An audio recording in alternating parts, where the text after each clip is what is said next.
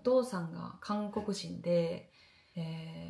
これちょっと言うの勇気がいるんだけど、兄弟が5人いて、そしてあんまり裕福ではなかったのよ。結構貧乏だったのね。で、私はそのやりたいこととか欲しいものとかねを十分に親から買ってもらったとは思ってなかったの。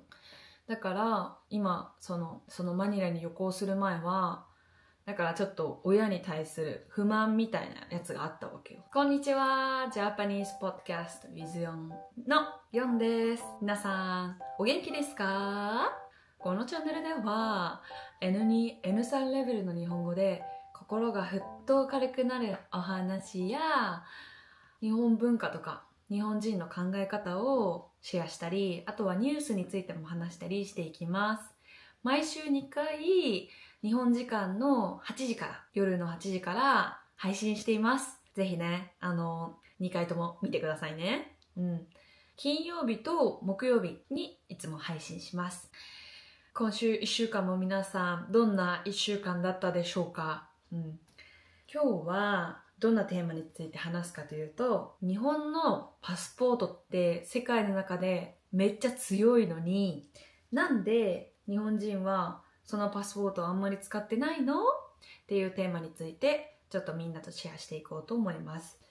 日本のパスポートって今世界で2位ねみたいなんだけど、188カ国ビザなしで入国ができるみたいです。1位はちなみにシンガポールみたいですね。前の年に比べて前は1位みたいだったんだけど、今は2位になってるみたいです。で、だけどじゃあ日本人は海外にたくさん行くのかっていうと、そういうわけではないみたいなんですよね。じゃあ日本人でパスポートを持ってる人の割合っていうのは何%かというと 18% から20% みたいです。つまり5人に1人が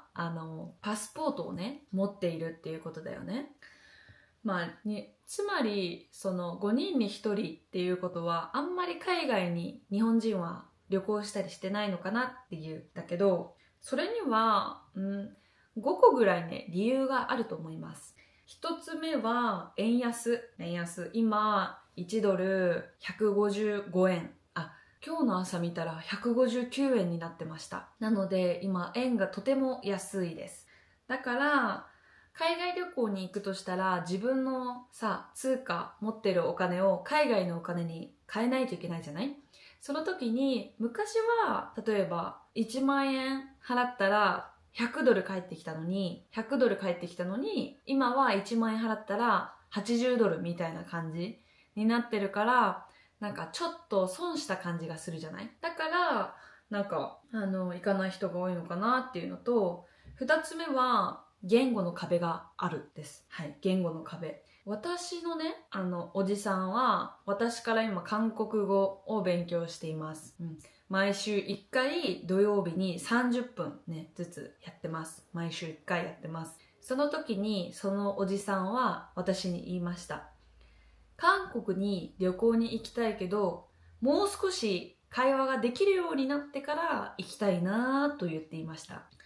つまりそのおじさんの心の中には、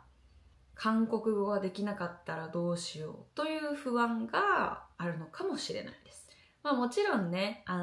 その国の言葉を使えた方がその旅行ってやっぱり楽しくなるって私も思うから、その人の自由でいいんだけど、やっぱりそういう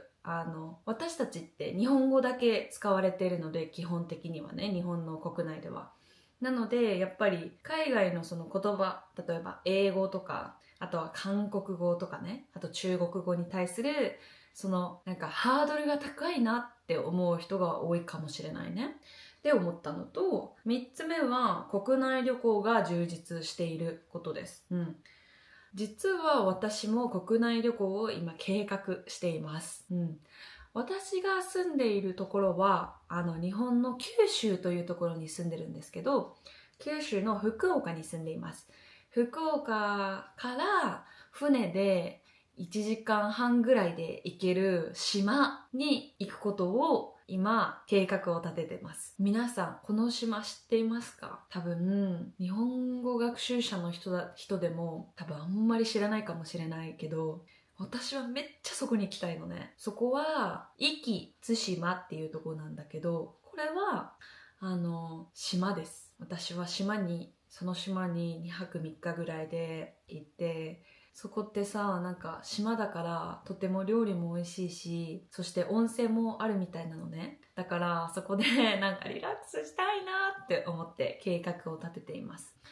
福岡からそんなに時間もかからないし、お金もそんなにたくさんかかるわけでもないから、なんかすごく楽しみにしています。私みたいに国内旅行に行きたいっていう人は結構多いと思います。壱岐対馬。皆さんもなんか東京とか日本に来るときに東京とか名古屋とか大阪とかたくさんね、外国の方が来ているけど、日本には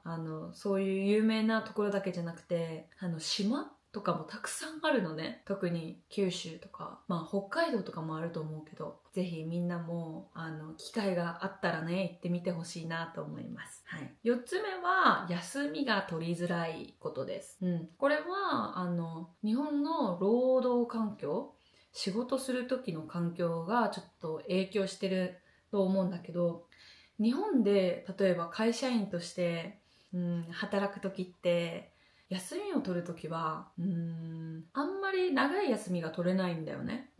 会社によって違うけど、大体の会社、私が経験してきた大体の会社は長い休みを一気に取ることは難しいと思います。日本で働くとしたら有給休暇っていうのがねもらえるんだけど、じゃあ有給休暇、例えばね1年間働いたら12日ぐらいもらえるんだけど、それはお給料をもらいながら休めるっていう日のことなんだけど、それを一気に12日間使ってる人は見たことがありません。で、前のその会社にいる時にドイツの出身の人がいてね、その人がなんか一気に例えば12日使いたいって言ったことがあったのね。とか一気に3週間休みたいってなった時は、他の人がその人の代わりに入らないといけないから、なんか日本人の感覚としてはさ、そういうのがちょっとタブーとされてるから、なんかちょっと会社の中でみたいな、それちょっとできないんだけどみたいになってたこともあったの。だから結構その長い休みを取るっていうのがちょっと難しいっていうのはあるかもね。でもなんかIT エンジニアの人とかはオンラインで仕事ができたりして、なんかオンラインで仕事をしつつ旅行するみたいな人もいるみたいなんだけどね。でも実際に例えば販売の仕事とか営業の仕事とか、そういうその人がいないと成り立たない仕事、その人がいないといけない仕事っていうのは、なんだろうな、その人の代わりが必要だから、オンラインでできる仕事じゃないやつはちょっと難しいのかなって思ってる。あと5個目は治安への不安です。治安への不安ね。なんか私もあんまり、ちなみに私はさ、お父さんが韓国人でお母さんが日本人で、もともと私は海外にすごく興味があるタイプだから、そういう治安に対して、治安っていうのは安全のことね、安全のことに関してはあんまりたくさん気にするタイプではないんだけど、私が経験したのは気をちょっと悪くしてしまったらちょっとごめんねと思うんだけど、フィリピンっていう国に行ったのね。これまでねフィリピンに2回マニラに行ったことがあるんだけど、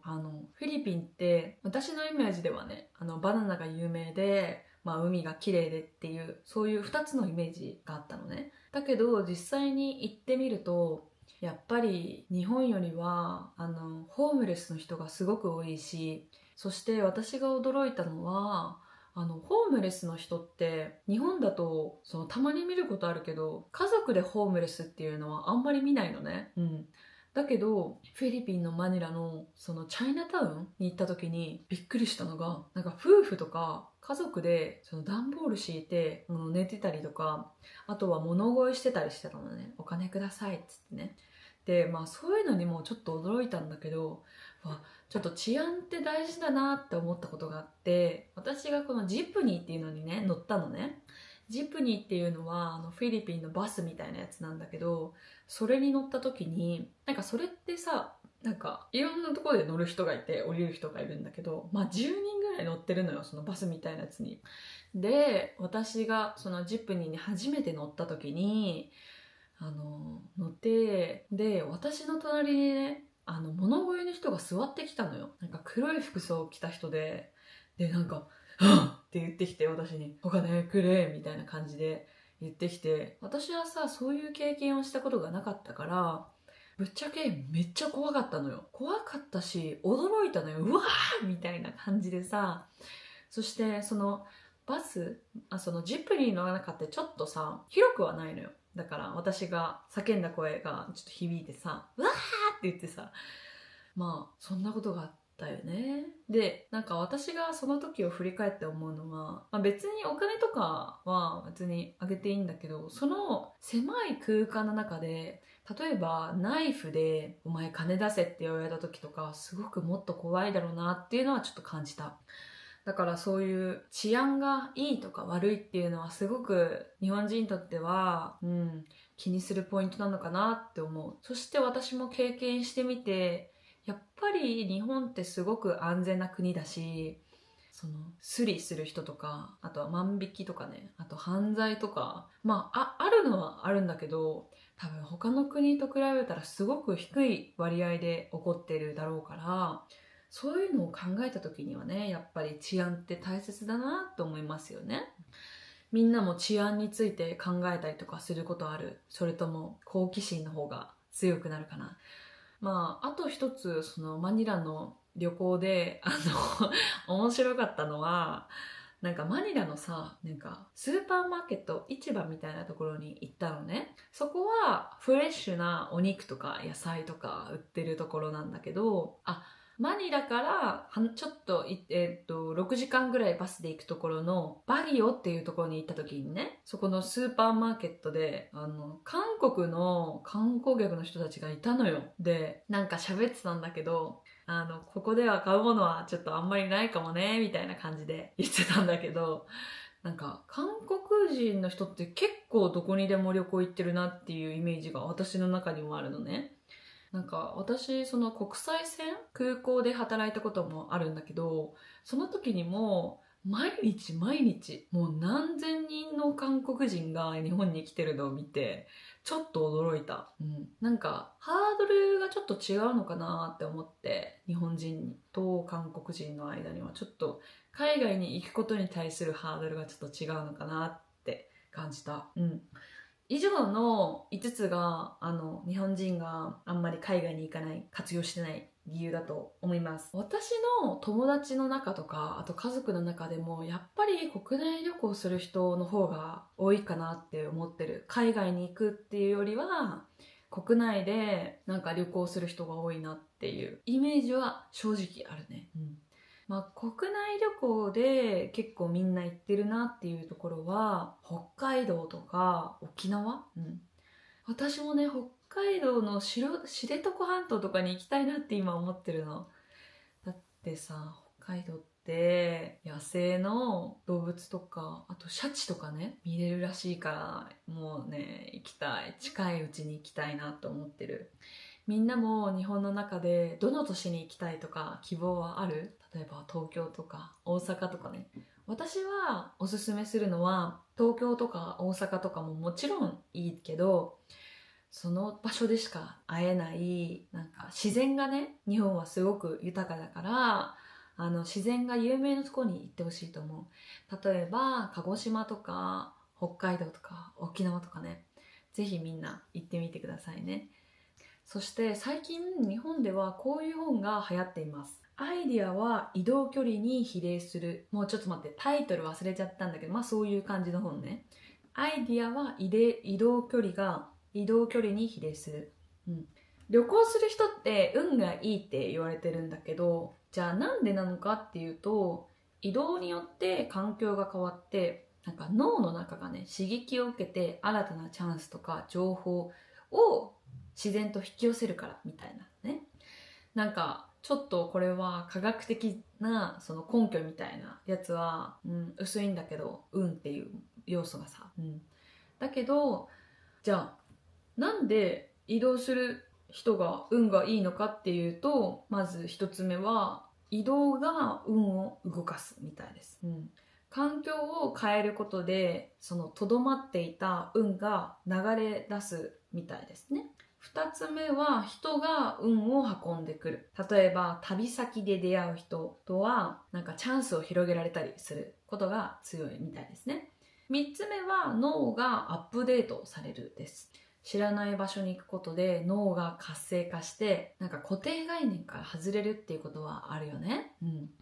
あと4つ目は心身の健康の革ジャン。旅行はストレスを軽減し創造性を高めポジティブな心を作ることで幸運体質ラッキーな状況を引き寄せやすくするみたいです。なのでもしもあなたが今運が悪いなとかなんか悪いことが続いてるなと思うときはぜひ新しいところに旅行に行ってみてくださいね。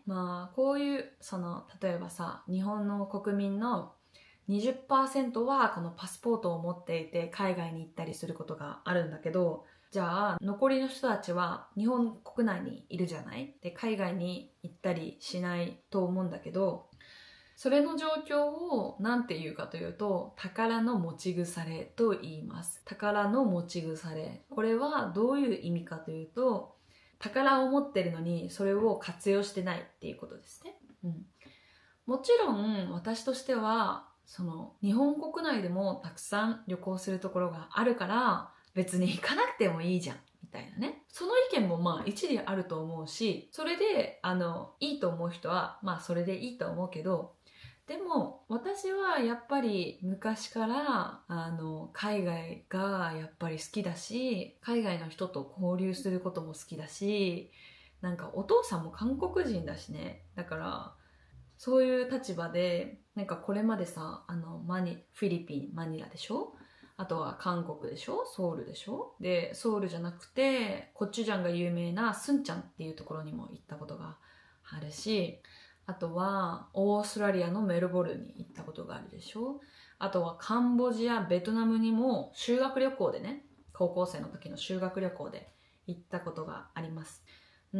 そういうねことを踏まえて私が思うのは、やっぱり海外に行くと自分のこれまでの当たり前が当たり前じゃないんだっていうことに気づくことができるから、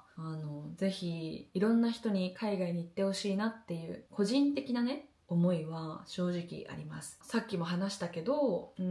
やっぱりフィリピンという国に行ってみて私の価値観がちょっと変わりました。私はこれまで家族でね過ごしてきて、日本で25年間生きてきた中でお父さんが韓国人で、これちょっと言うの勇気がいるんだけどちょっとみんなにシェアすると、お父さんが韓国人でお母さんが日本人なんだけど、兄弟が5人いて、そしてあんまり裕福ではなかったのよ昔から、っていうかあんまり裕福ではないどころか結構貧乏だったのね。で私はやりたいこととか欲しいものとかねを十分に親から買ってもらったとは思ってなかったの。だから今そのマニラに旅行する前は私が子供を思ったらこんな貧しい生活をさせたくないみたいな感じで思ってたのね。だからちょっと親に対する不満みたいなやつがあったわけよ、結構ね。ぶっちゃけて言うとうちはさお父さんが働くというよりはお母さんが働く家なのね。で5人も子供がいてさ、でお父さんは結構アルバイトしてるみたいな、だから生活がちょっと不安定だし、お母さんはずっと仕事してるみたいな感じだったから、そして年収っていうのはだいたい200万ぐらいだったのね。だから毎月20万円ぐらいで5人の子供を育てるみたいな感じで多分生きてきたから、そういうのを見てさ、やっぱりさ自分はなんかあんまりお金がないしみたいな、なんかお金がないし自分にはなんかたくさんお金をかけてくれたみたいな記憶がまあちょっとはあるけど、やっぱりちょっとネガティブに思う部分もあったので、そしてまあ結局さ、私の家はさ、そういう感じでずっと来たから、やっぱり私の心の中にはそういうネガティブな要素も結構残っててさ。で、まあフィリピンに行った時に、やっぱり日本に生まれたということ自体がラッキーなことだなっていうのは思ったよね、正直に言うと。だってフィリピンの貧しい家に生まれた場合は、ちっちゃい頃から物を売らないといけなかったり、働かないといけなかったりすることだってあると思うから、そういうのを見た時にやっぱり生まれる国とか環境とかって大切だなって思ったし、自分がこれまで貧しいとか最低レベルの生活だとか思ってきたことって最低じゃなかったんだなみたいな感じで、それを見た時に思ったね。だから海外に旅行したりするっていうのは、そういう気づき、なんか自分の人生の気づきみたいなものがあると思う。みんなもこういうこと経験したことあるかな。なんかちょっと深い話になってしまったけど、それはまあ私の経験としては、あるね。まあ私が空港で働いてる時にフィリピンの人も結構日本に遊びに来ていたのね。でも私がさ、フィリピン人の先生に今英語を学んでるんだけど、会話のレッスンね。その時にフィリピン人は日本に来る時に観光でもビザが必要みたいなのね。だからそのビザを取るのがなんかたくさんの書類を出さないといけないから、ちょっと大変っていうのは言っていた。だからなんか私がこのテーマについて話すときに、やっぱり過去の日本人たちが他の国と信頼関係とかを築いてきた結果、今こういう豊かなというか、このパスポートのランキングが上位で2位なの。そして188カ国もビザがなくて行けるのっていうのは、やっぱり過去の先祖の人たちがたくさん日本のためにいろんな信頼関係を築いてきたからだと思う。みんなパナソニックって知ってる？パナソニックを作ったのは松下幸之助という人なんだけど、この人はもう亡くなってるんだけど、1920年とか30年とかそのくらいに生きてた人なんだけど、この人はめっちゃ有名で、日本ではね、経営の神様って言われてるのね。で、いろんな名言を残してるのね。じゃあ私がこの人の名言でとてもいいなという名言をみんなにちょっとシェアしようと思います。失敗したところでやめてしまうから失敗になる。成功するまで続ければそれは成功になるという言葉です。みんなも日本語を学習していてくじけそうになったりとか、やめたくなったりすることってあると思うんだけど、この名言を聞くと、成功するまで続ければそれは成功になるということです。私も、私自身のことを責めることがあります。例えば私は YouTube をね配信している配信者ですから、 YouTube のコンテンツがたくさん再生されなかった時に自分のことを判断してしまいます。こんなに低い再生数みたいな感じで自分をジャッジすることがあります。その時にジャッジすると自分の心とか気持ちがちょっと沈みます。やる気がちょっとなくなります。その自分のことをジャッジするということをやめることは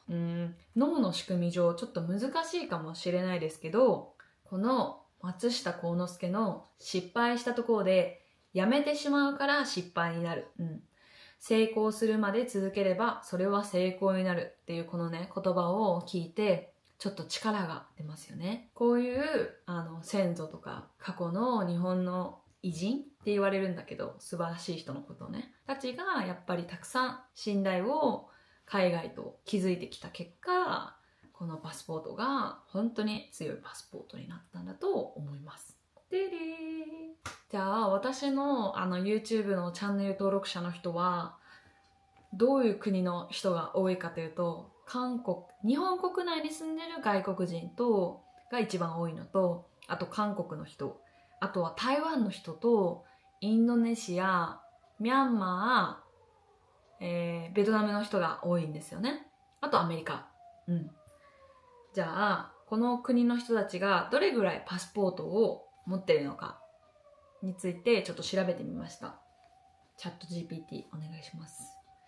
パスポートの取得率、まずはインドネシアです。約 15% から 25% 前後らしいです。インドネシアっていう国は人口が多くて、地方では取得率、その持ってるパスポートを持ってる割合がちょっと低いみたいですね。でもジャカルタというところではもうちょっと高いみたいです、割合がね。はい、続いてベトナムです。ベトナムは 10% から 20% 前後みたいですね。でも海外に労働に行く人とか、海外で働く人とか、留学する人とかすごく多いみたいです。はい、続いて台湾です。 60% 以上、すごいね。確かに台湾の人結構私が空港で働いてる時もよく見たな。日本とか韓国とか東南アジアでの旅行が超一般的みたいですね。